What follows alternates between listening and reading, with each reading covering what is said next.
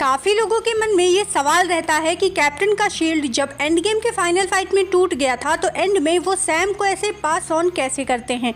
इसके अलावा उन्होंने जब स्टोन्स लौटाए तो टीवी ने उनको क्यों नहीं रोका। प्लस कैंग के साथ उनके फाइट के बारे में भी डिस्कस करेंगे, जिसके बारे में कैंग ने एंटमैन को इस सीन में कहा था जहाँ वो कहता है तुम वो हथौड़ा वाले हीरो तो नहीं। आई नो कई लोग बोलेंगे कि कैंग वहाँ थॉर की बात कर रहा था, बट सोच कर देखो थॉर ने टाइम ट्रैवल नहीं किया तो उससे कैंग को क्या ही खतरा होगा। टाइम ट्रैवल तो कैप्टन अमेरिका ने किया था स्टोन्स को वापस करने के लिए, वो भी म्योनिर के साथ। इसलिए मेरा मानना है कि कैंग यहाँ कैप्टन की बात कर रहा हथौड़ा का जिक्र करके। एंड मैं इतना श्योर इसलिए हूँ क्योंकि ये बुढ़ाऊ स्टीव ना सिर्फ स्टोन्स को लौटाया बल्कि डेडपूल से लेकर लोकी एंड कैंग तक से मिल चुका है। इस बुढ़ाऊ स्टीव के लिए सीक्रेट वॉर्स हो चुका है एंड इसको सब पता है, इसलिए अपने शील्ड को सैम को देकर चांद में चिल्लैक्स करने चला गया। अब ज़्यादा सस्पेंस ना बनाते हुए मैं थ्योरी पर आती हूँ। एंड गेम के एंड में हमने देखा कि स्टीव को अपनी लाइफ पेगी के साथ 40s में जीने का मौका मिला और वो एक बूढ़ा आदमी बन गया जो बाद में सैम को अपनी कैप्टन अमेरिका वाली मेंटल दे देते हैं। बट जवानी से बुढ़ापे तक का सफ़र कैप्टन ने पेगी के साथ बिताया या जंग किया, इसके बारे में हमें क्लियरली नहीं पता। एंड जैसा कि अल्ट्रॉन ने कहा था कि कैप्टन सच्चाई का वो पुतला है जो जंग के बिना नहीं रह सकता, जो कि कहीं ना कहीं सच भी है।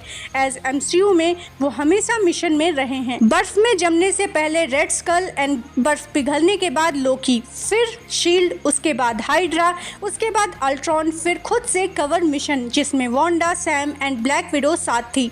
इसके बाद तो वो आयरन मैन से भी लड़े, जिसके बाद भी वो अंडरकवर मिशंस कर रहे थे जिसके बारे में प्रील्यूड्स कॉमिक्स से पता चलता है। एंड उसके बाद थानोस।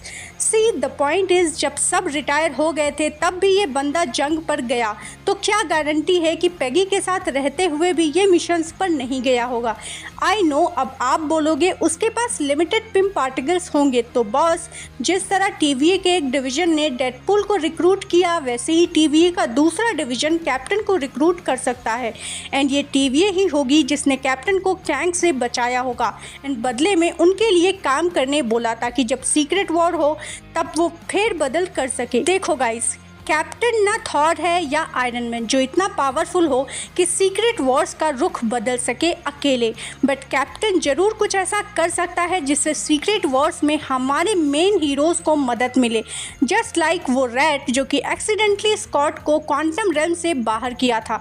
बात को समझ रहे हो? जस्ट इमेजिन अवेंजर्स वही अटके हों एंड वहाँ एंट्री हो हमारे स्टीव रॉजर्स वाले ओरिजिनल कैप्टन अमेरिका की, ठीक वैसे ही जैसे थॉर की एंट्री हुई थी वाकांडा में, एंड साथ में डेडपूल हो तो मजा आ जाए। अब आप पूछोगे कि डेडपूल कहां से आया, तो बॉस TVA अलग अलग यूनिवर्स से हीरोज को कलेक्ट कर रहा है जो कि MCU की सबसे बड़ी जंग सीक्रेट वॉर्स में एकजुट होकर कैंग या डॉक्टर डूम जो भी मेन विलन हो उससे लड़ेंगे।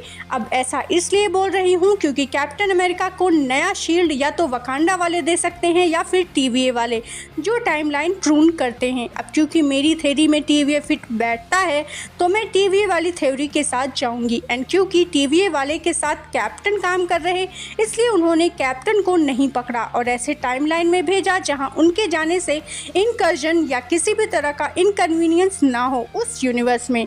सो कैसी लगी मेरी थ्योरी मुझे कमेंट्स में बताइएगा। बाकी ऐसी वीडियोस के लिए चैनल को सब्सक्राइब कर दीजिएगा। मिलते हैं अगले वीडियो में। Bye bye.